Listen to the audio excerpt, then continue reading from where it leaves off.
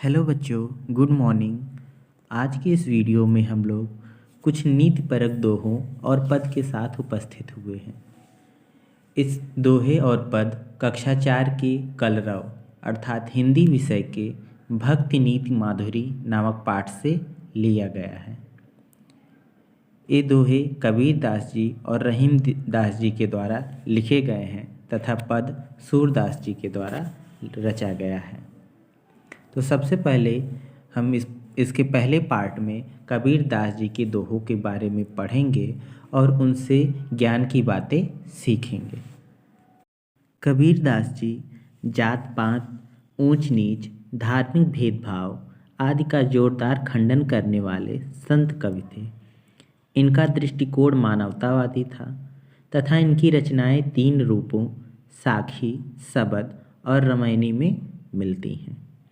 आइए तो हम इनके दोहों को पढ़ते हैं और उनका भावार्थ भी देखते हैं।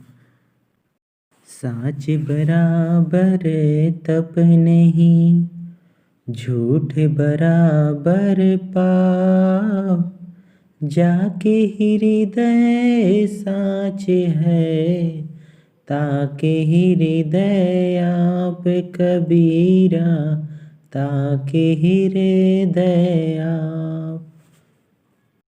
इस दोहे में कबीर दास जी सत्य की महत्ता बताते हुए कहते हैं कि साँच बराबर तप नहीं, झूठ बराबर पाप।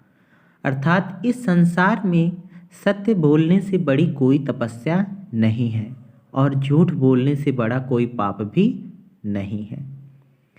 जाके हृदय साच है, ताके हृदय आप।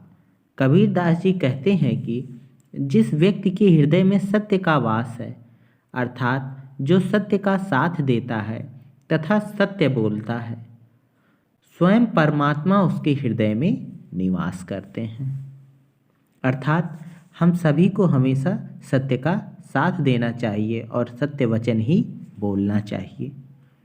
वृक्ष कबहु नहीं फल भखै, नदी न संचय नीर, परमार्थ के कारणे साधुन धरा शरीर कबीरा, साधुन धरा शरीर।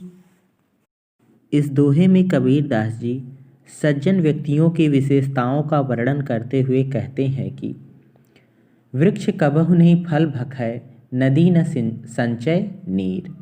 जिस प्रकार एक वृक्ष अपने फल को स्वयं नहीं खाता और अन्य जीवों को लाभ पहुंचाता है, जिस प्रकार नदी अपना जल स्वयं नहीं पीती बल्कि अन्य प्राणियों की प्यास बुझाती है, ठीक उसी प्रकार परमार्थ के कारणे साधुन धरा शरीर।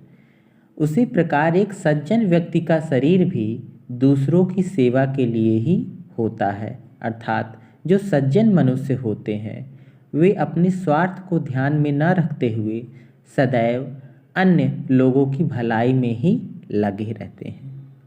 अर्थात हमें भी सदा दूसरों की सेवा करनी चाहिए।